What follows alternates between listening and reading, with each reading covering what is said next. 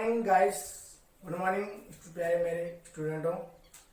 आज हमने पहले चर्चा की थी जनजाति के बारे में। विश्व में कौन कौन सी जनजातियां पाई जाती है उसके बारे में हमने चर्चा की थी। मैंने बताया था कि इस पाठ में 4 जनजातियां प्रमुख हैं, एस्किमो, ब्रुस्मेन, भील और गोंड। आज हम पढ़ते हैं एस्किमो जनजाति के बारे में। एस्किमो का अर्थ है कच्चा मांस खाने वाला।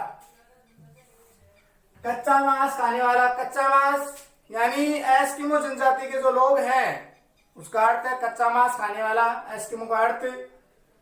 तो ये लोग कच्चा मांस खाते हैं क्योंकि जनजातियां आदिम तरीके से जीवन यापन करती है।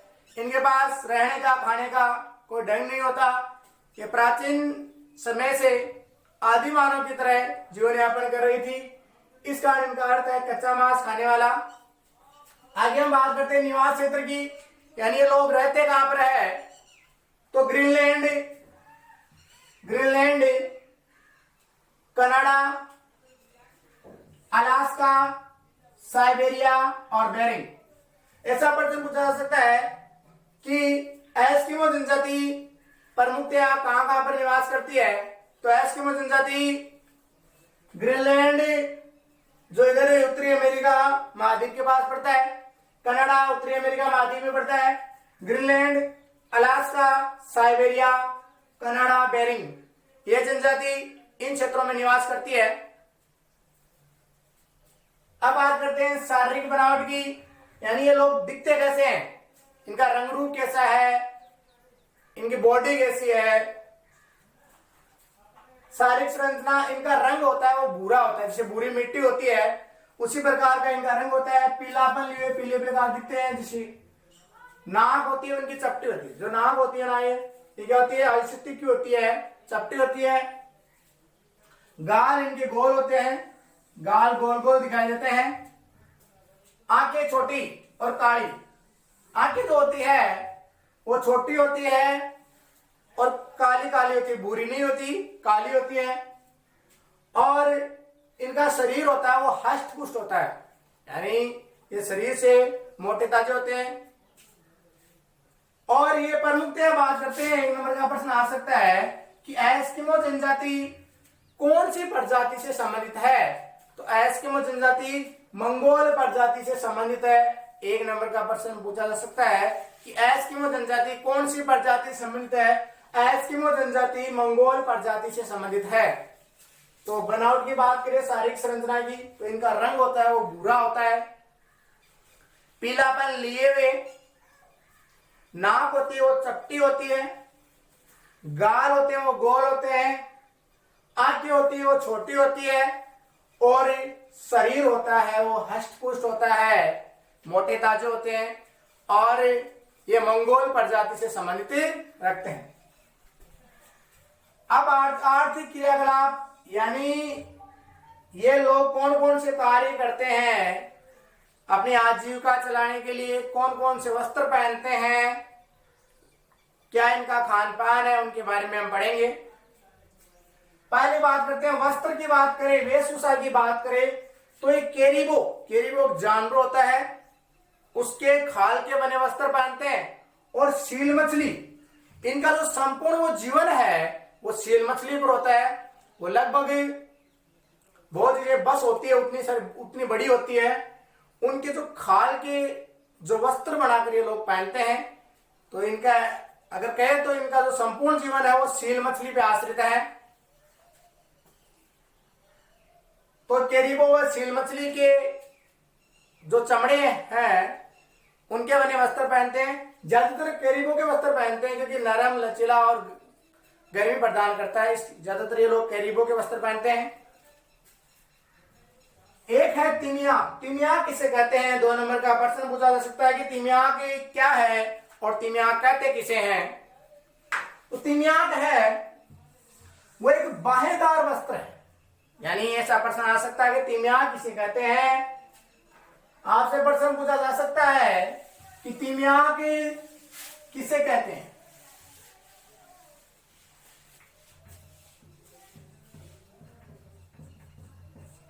तिमिया किसे कहते हैं। तिमिया के एस्किमो जनजाति के पुरुष, अगर आ जाए कि तिमियाक किसे कहते हैं, एस्किमो जनजाति,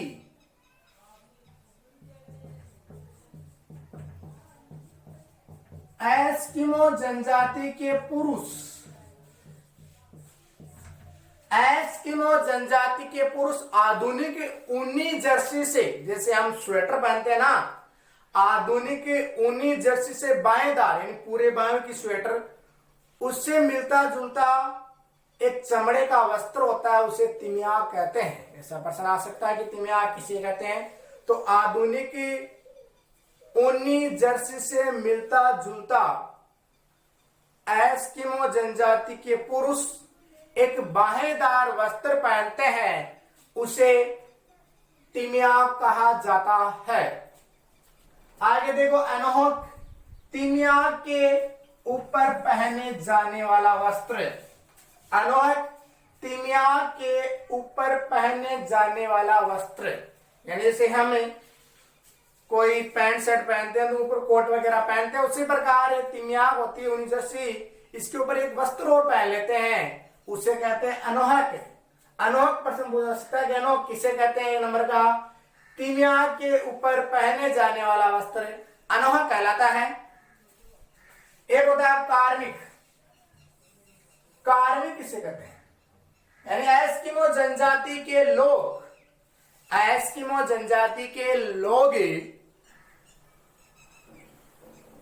सील मछली के बने चमड़े के जूते पहनते हैं, उसे तिमियाक कहते हैं, सॉरी कार्मिक कहते हैं। कार्मिक किसे कहते हैं, एस्किमो जनजाति के लोग सील मछली के चमड़े के बने जूते पहनते हैं, उसे कार्मिक कहा जाता है। स्त्रियां भी लगभग पुरुषों के समान ही वस्त्र पहनती है, यानी सील मछली के बने चमड़े के वस्त्र ही पहनती है। कर्मक की हम बात करें, कर्मक होता है, एक होता है कार्मिक, कार्मिक तो होते हैं जूते सील मछली के, और जो कर्मक होता है वो घर होता है, लकड़ी का घर होता है, उसे कहते हैं कर्मक, उससे चमड़ा भी काम में लिया था सील मछली का, तो कर्मक लकड़ी का घर है वो होता है कर्मक। अब बात करते हैं हम यंत्र व उपकरण, यानी ये लोग जानवरों का शिकार करते हैं, यानी ये जो जनजातियां हैं उनका जो संपूर्ण जीवन है वो शिकार पे निर्भर करता है।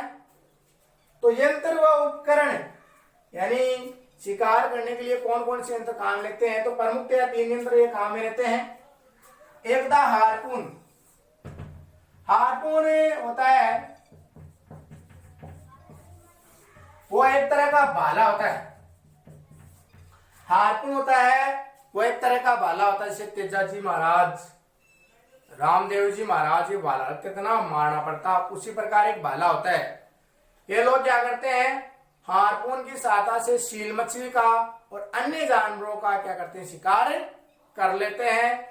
जो हार्पून है, जो भाला है, 1.2 मीटर से 1.6 मीटर लगभग लंबा होता है, तो हार्पून होता है वो एक तरह का भाला होता है।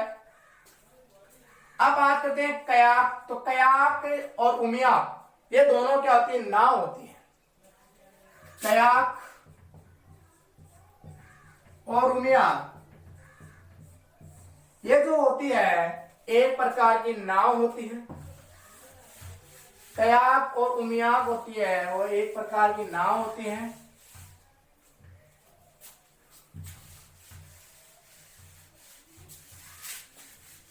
कयाक और उमियाक,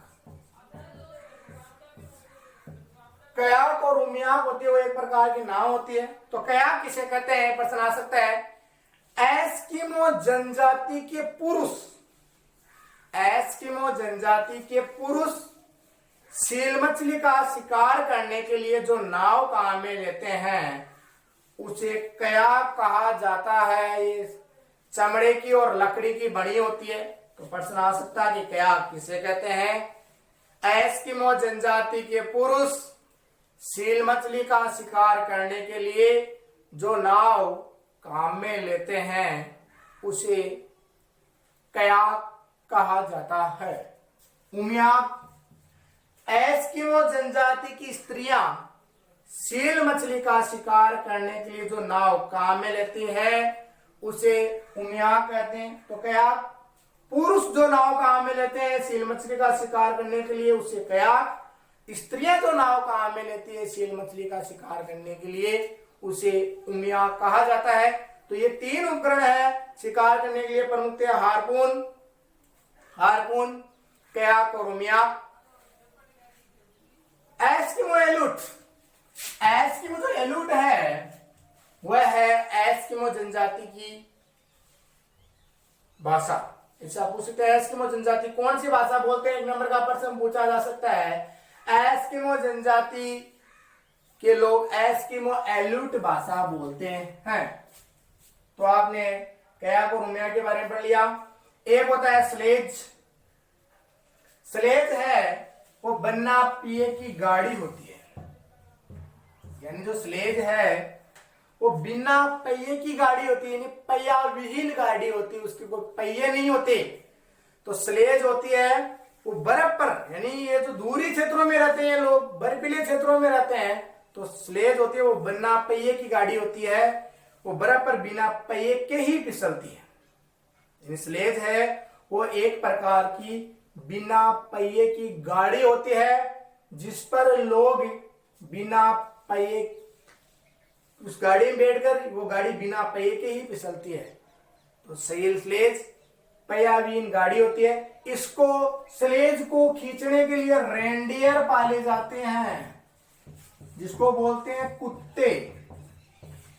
यानी जो एक गाड़ी है स्लेज है वह उन कुत्तों से जुड़ी होती है और ये जो चमड़े के द्वारा उन कुत्तों से जुड़ी होती है, तो इस गाड़ी को वो खींच कर ले जाते हैं। तो स्लेज पहियाविहीन गाड़ी होती है उसे स्लेज कहते हैं। ये चमड़े की और लकड़ी की बनी हुई होती है। इसको खींचने के लिए रेंडियर पाले जाते हैं, कुत्ते पाले जाते हैं। स्लेज हो गया। अब इसमें रह गया तिमियाक, हो गया अपना इग्लू।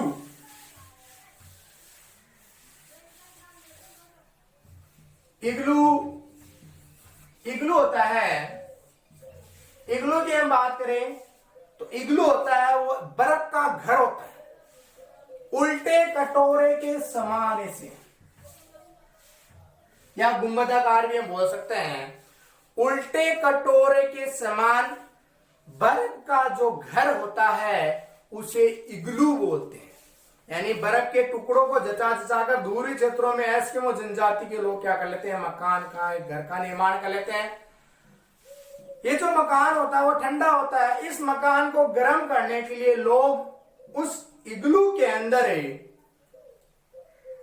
सील मछली के चमड़े की खाल बिछा देते हैं। सील मछली के चमड़े की खाल बिछा देते हैं, जिससे क्या होता है उस इग्लू के अंदर का जो वातावरण है वो गर्म हो जाता है, तो उनको ठंड नहीं लगती। इग्लू होता है वो भूमि के जो अंदर होता है वो 5 से 6 फीट होता है। भूमि के ऊपर तो, बर्फ के ऊपर तो, और बर्फ के जो नीचे होता है 2 से 3 फीट होता है। भूमि के अंदर 2 से 3 फीट और भूमि से ऊपर 5 से 6 फीट होता है। इग्लू को गर्म रखने के लिए सील मछली के चमड़े की खाल बिछा देते हैं, और इग्लू का जो दरवाजा होता है वो छोटा रखा जाता है। वैसा प्रश्न भी आ सकता है कि इग्लू का दरवाजा छोटा क्यों रखा जाता है। इग्लू का दरवाजा छोटा इसलिए रखा जाता है कि उसमें धूरी हवाएं प्रवेश ना कर सके, यानी ठंडी हवाएं उसमें प्रवेश ना करे, उनको ठंड ना लगे, और जंगली जानवर उसमें प्रवेश ना आए। दरवाजा बड़ा होगा तो आसानी से जंगली जानवर झुक जाएंगे। ये छोटा सा दरवाजा रखते हैं, मात्र छोटा सा। अब एक प्रश्न ये भी उठता है कि छोटा सा दरवाजा रखते तो अंदर कैसे जाते हैं उस इग्लू के। हाँ, मात्र छोटा सा दरवाजा रखते हैं, और ये जो लोग हैं उनके अंदर रेंग कर प्रवेश करते हैं। रेंग कर मतलब लेट कर प्रवेश करते, जैसे मंदिर में जाते हैं ना, जैसे ढो खाते हैं, नाक रगड़ते हैं ना, उसी प्रकार ये लोग उसमें रेंग कर प्रवेश करते हैं। तो इग्लू होता है उल्टे कटोरे के समान या गुंबदाकार एक बर्फ का घर होता है, जो बर्फ की शिलाओं को काटकर बनाया जाता है। उसको गर्म करने के लिए अंदर सील मछली की खाल बिछा दी जाती है, ताकि अंदर का वातावरण गर्म न हो और उसकी जो अंदर का वातावरण गर्म ना हो, उसका जो दरवाजा है वो छोटा रखते हैं ताकि उसमें हवाएं, ठंडी हवाएं प्रवेश ना कर सके, जंगली जानवर प्रवेश ना कर सके। इसमें लोग रेंगकर प्रवेश करते हैं। तो इग्लू हो गया, स्लेज हो गई, गेंतर, हारपून, ये भी हो गए। अब देखो आगे देखते हैं हमें आखेट। ये लोग शिकार करते हैं, तो शिकार प्रमुखतया दो विधियों से करते हैं। शीतकालीन आखेट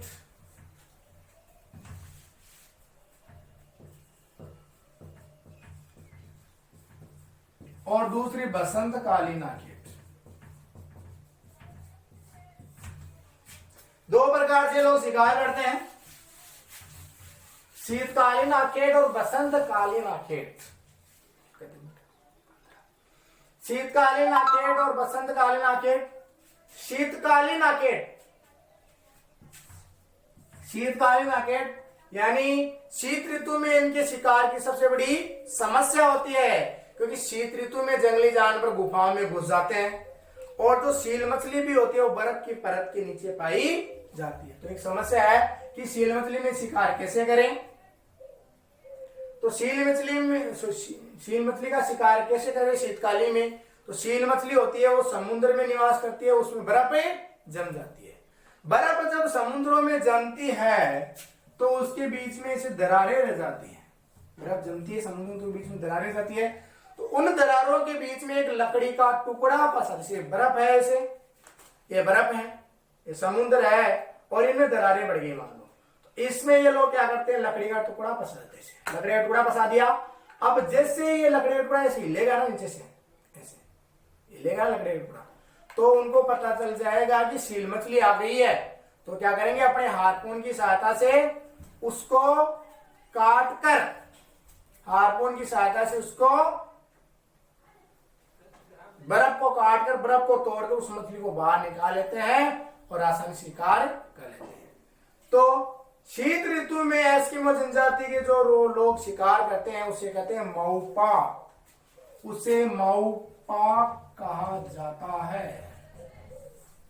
ऐसा प्रश्न आता है कि मऊपा किसे कहते हैं। एस्किमो जनजाति के लोग शीत ऋतु में जो शिकार करते हैं उसे सील मछली का शीत ऋतु में जो शिकार करते हैं उसे मऊपाक या इतुरपाक कहा जाता है। ठीक है, अब पढ़ते हैं बसंतकालीन आखेट या ग्रीष्मकालीन आखेट। बसंतकालीन आखेट या ग्रीष्मकालीन आखेट की बात करें, बसंतकालीन या ग्रीष्मकालीन की आखेट की हम बात करें,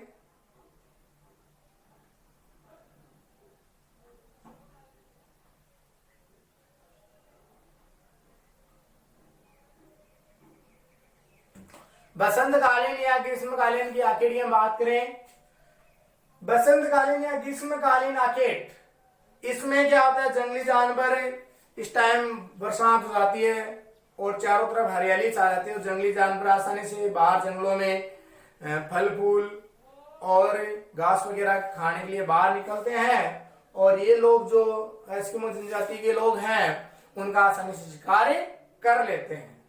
तो ग्रीष्म ऋतु में शिकार की कोई समस्या नहीं रहती और इसे बोलते हैं उत्तोक। ऐसा प्रश्न आ सकता है कि बसंत उत्तोक किसे कहते हैं।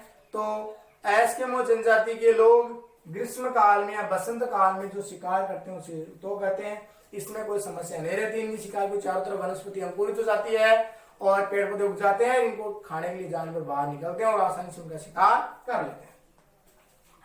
अब है समाज और संस्कृति।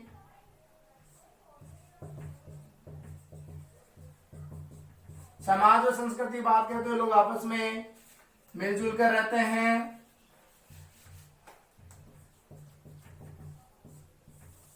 समाज और संस्कृति की बात करें तो ये लोग आपस में मिलजुल कर रहते हैं और इसमें जो मुखिया होता है यानी गांव का सबसे बड़ा ज्यादा उम्र का आदमी होता है उसे गांव का मुखिया बना दिया जाता है।